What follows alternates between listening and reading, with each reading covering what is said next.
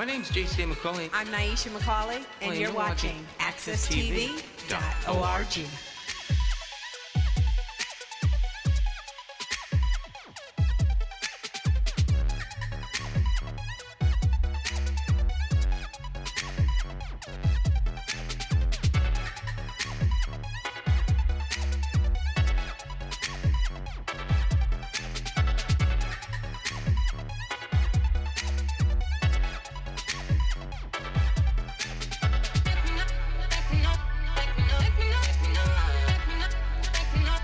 Good morning, good afternoon, hello, whenever you may be watching today's show. It is Tuesday, February 20th, and that date is pretty important because today, later this afternoon, this evening, you watching out there are going to have an opportunity to go out and share your voice about something that's happening here in the city. The Mayor Arunan, has proposed to create a sports and recreation department. So we're going to get into all of that on today's Civic Beat. I'm Nyesha McCauley, and I brought back a guest that has been on the beat before, Donna Swarr, who is a commissioner on the Parks and Recreation Advisory Commission. Donna also wears another hat as the Park Foundation chair, and just in full transparency, I am also a Park and Recreation Advisory Commissioner myself, and so Donna and I are no strangers to all things parks and recreation here in the city of Hartford. So we're going to get into this new proposal. Welcome to the beat, Donna. Thank you so much. I've been banging on the drums since this resolution came out, and we are just so excited about this because we've been waiting for this for over 8 years. It has been on the top of the list of things that the Advisory Commission has recommended, and it's just terrific because we are just chomping at the bit to get this baby rolling.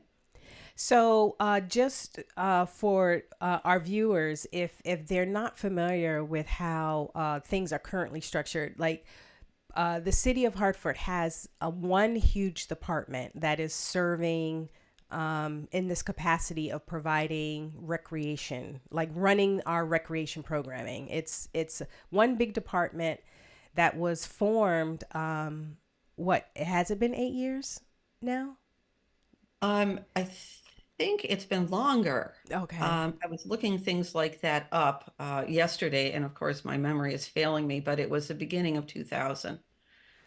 Okay, so it's the Department of Families. Oh, I'm wrong. I think it's 2011, something like that.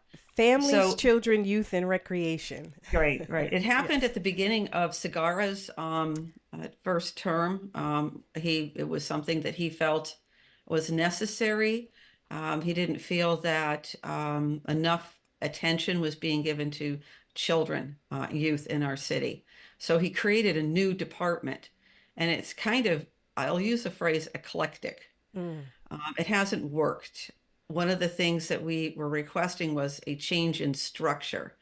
It's really important that when something isn't working, that you just don't keep doing it over and over again and expect to have different results. This combination just hasn't worked. It all started way back when, like 25 years ago when they split it up, Parks and Rec. And Recreation went under a group called Community Services. Then it got moved to Health and Human Services. And then Segarra created that new department. And it just hasn't done what they had hoped it would do. And as a matter of fact, over the past, 7 or 8 years, they've actually combined the budget for rec in with family services. So it's just about impossible to know what's going on there financially. So the proposal that Mayor Arunan has put forward is to create a sports and recreation department. And from what I understand, this would really pull out those two areas from this larger department. Why is the focus on recreation needed and important? Why does it Well, matter? for our youth, it is an ability for them to be creative, for them to explore, for them to see the world in different ways, possibly find out who they are, what resonates with them, where are their strengths, yes, and where are their weaknesses. I mean, that's just as important. Things that they don't like.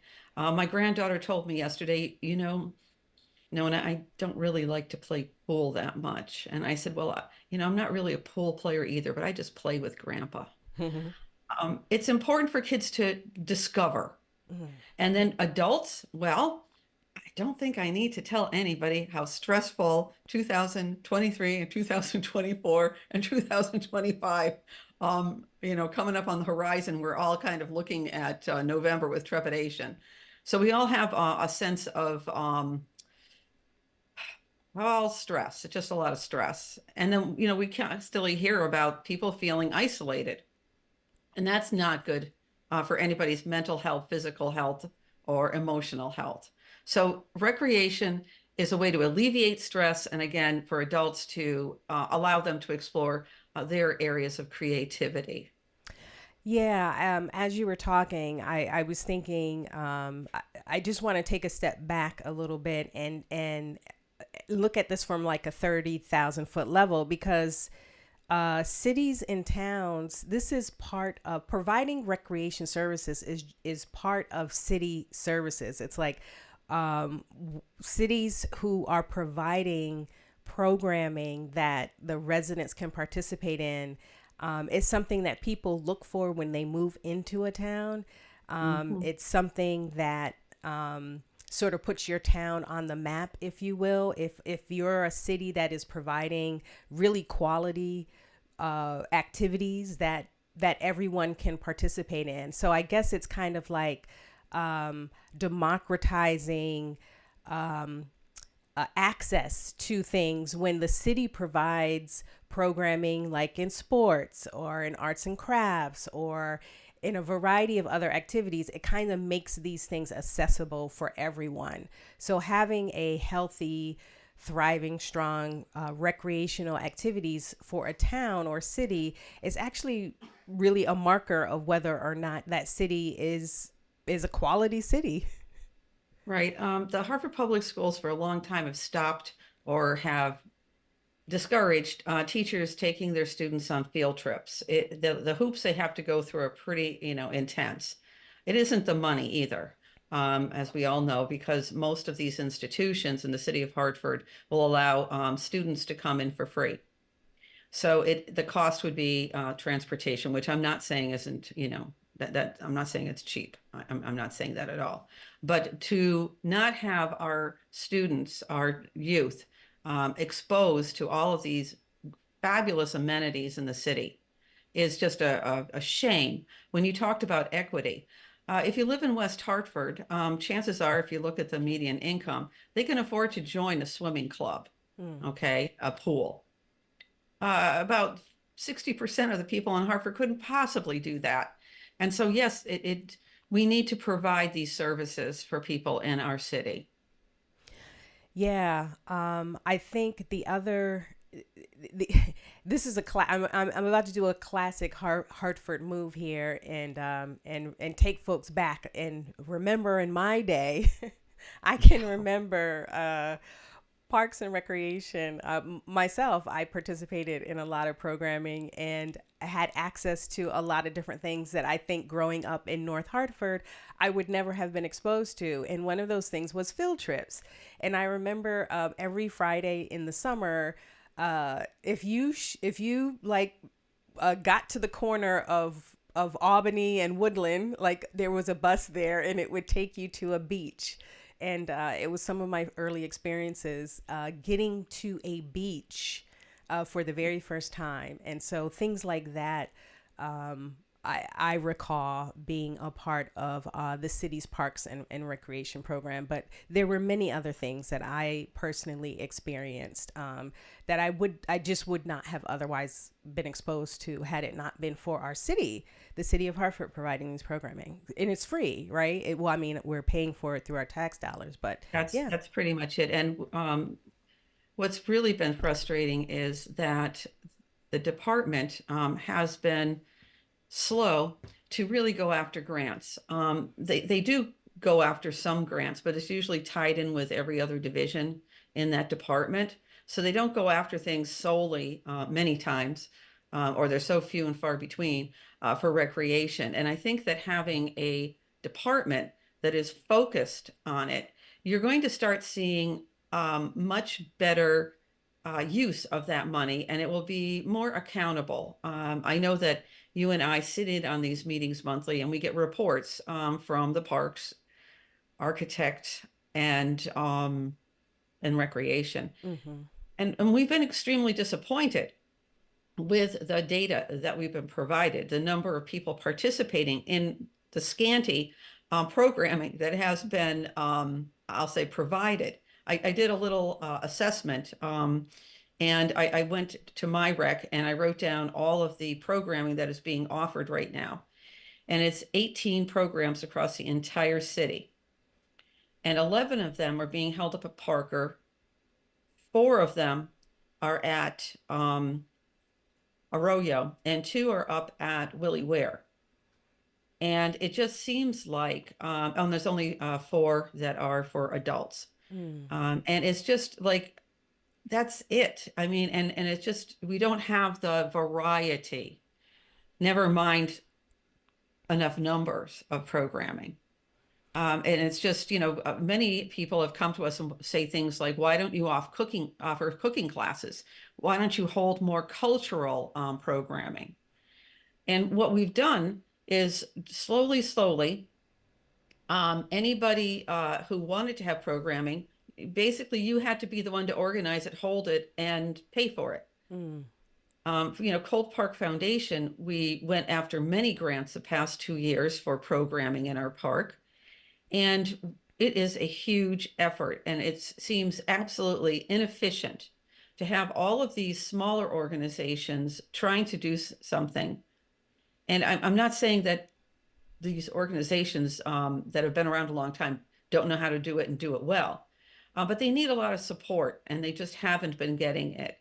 And I think if, again, we have a focused effort on getting fundraising about, I'll say, helping groups that are offering really high quality programming, be it in our centers or, busing groups to those, I'll say, classes, lessons, experiences. For instance, the Athenaeum has art classes and a resident artist, which if we got kids there, it would be free.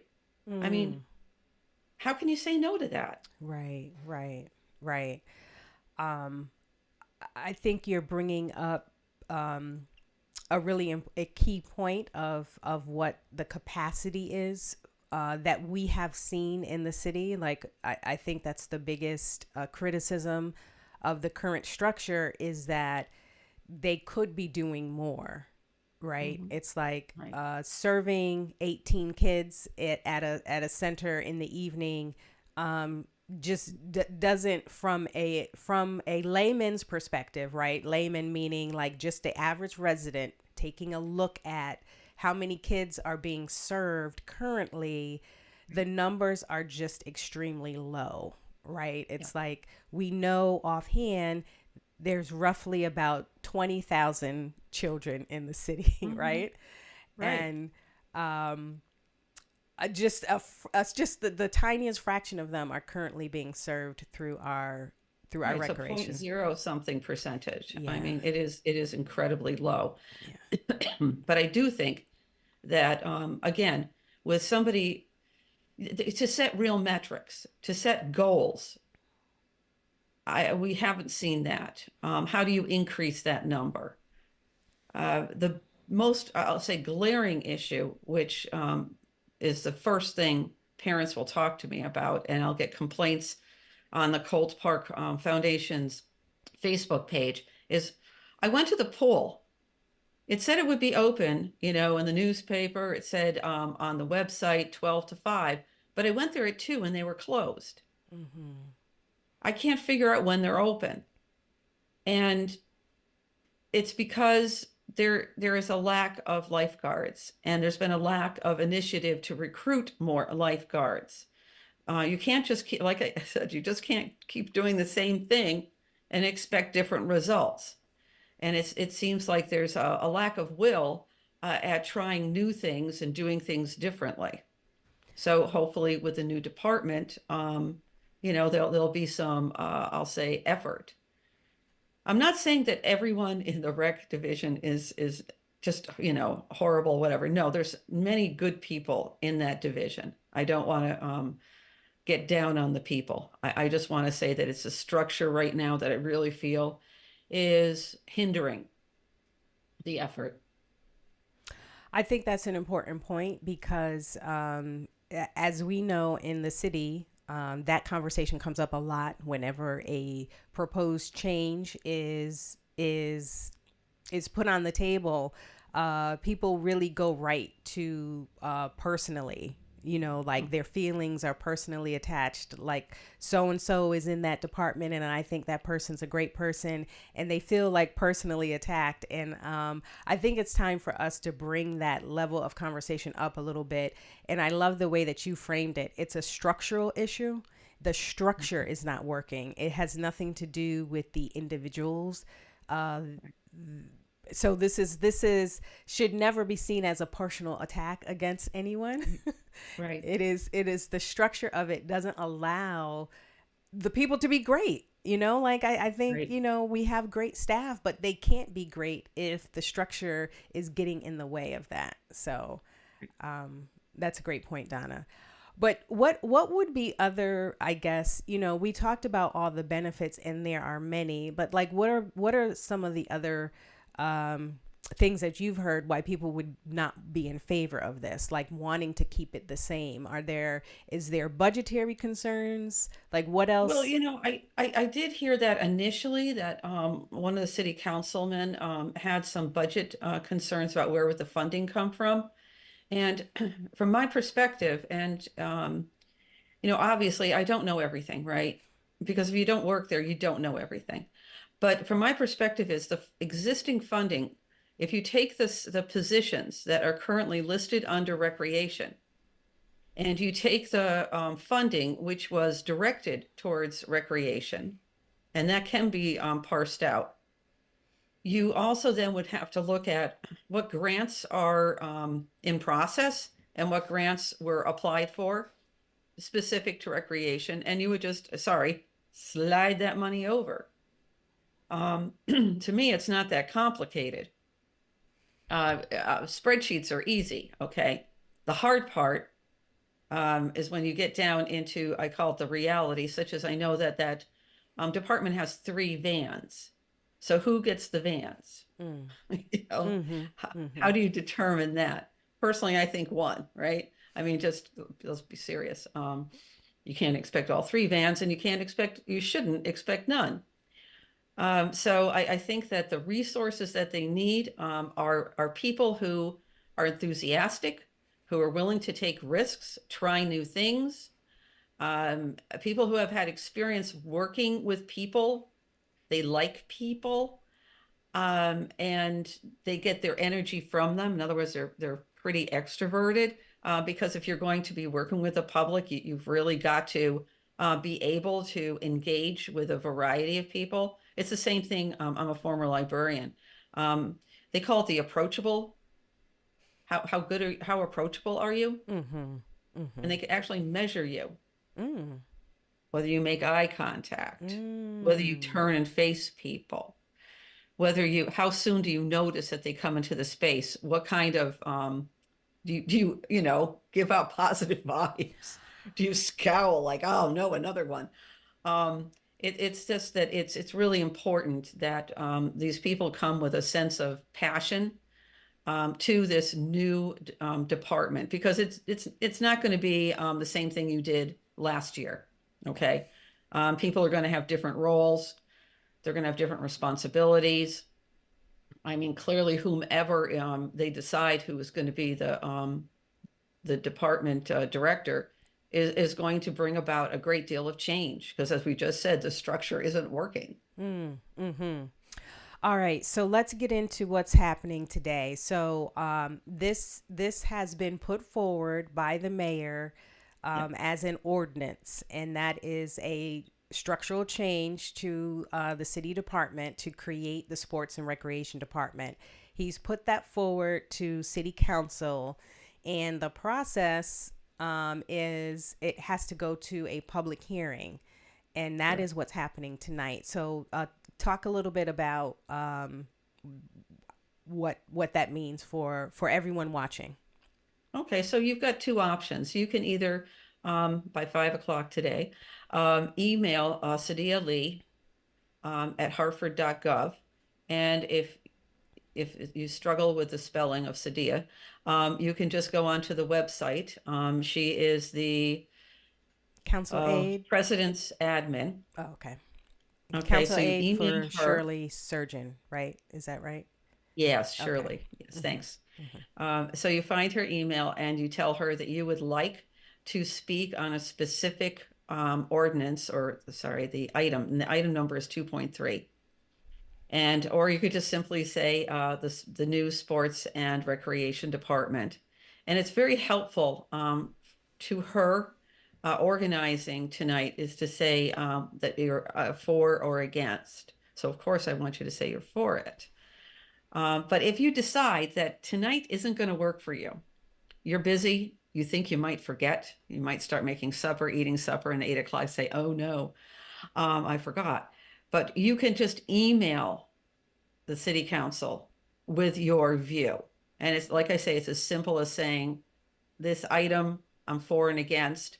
And if you want to, you can go into all of the reasons why, or you could just simply leave it at that.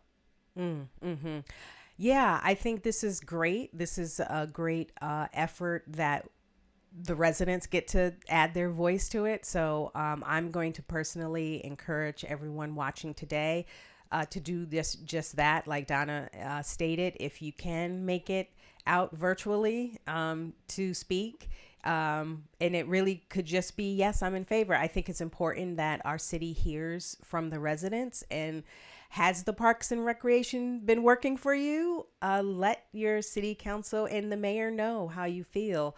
If the public commenting is not going to work for you, an email would work. A phone call would actually work as well. So, going over to the city's website, you can find all of the contact information. So, call someone, email, or publicly give your comment and your feedback. And so that is tonight at 7 o'clock. Is that right? Yes, 7 o'clock. Okay, tonight at 7. After this, it goes to the Public Works, Parks and Rec, and Environment Committee, and they vote in that committee whether to approve it or whether to oppose it. And that's the end of this month. I believe it's February 27th, or yeah, 27th. And then it goes back to council. So that's the process. Can the public participate in that committee meeting? You could send your comments, or you could email them as well. But if you email at any time between now and the time that city council votes on it, it will be read, it will be included. Okay, okay. So tonight, public hearing goes to committee. The committee either votes favorably or against. So if it fails in committee, does it go? It does not go to council. Is that The recommendation is that to not, and that's what goes back to council, and then it usually dies. gotcha? Gotcha. Okay, so this is a moment that we actually could do something Yeah. really fantastic for kids. So we are at the end of our time, but any final comments, Donna, on this most The city urgent? of Hartford residents deserve better and more, and this is the way to fix it. All right. I think that is making it plain, and that's what we like to do here on Civic Beat. So again, it is Tuesday, February 20th. There's a public hearing tonight on this issue. There is the creation of a sports and recreation department for the city of Hartford. We talked about all the benefits and great things that would come if this was a focus for the city. So we encourage you to go on out, let your voice be heard on this topic, but also keep watching. Let me know down in the comments below how you feel about Hartford having a separate sports and recreation department. I'd love to keep the conversation going. Till next time, Hartford, be well.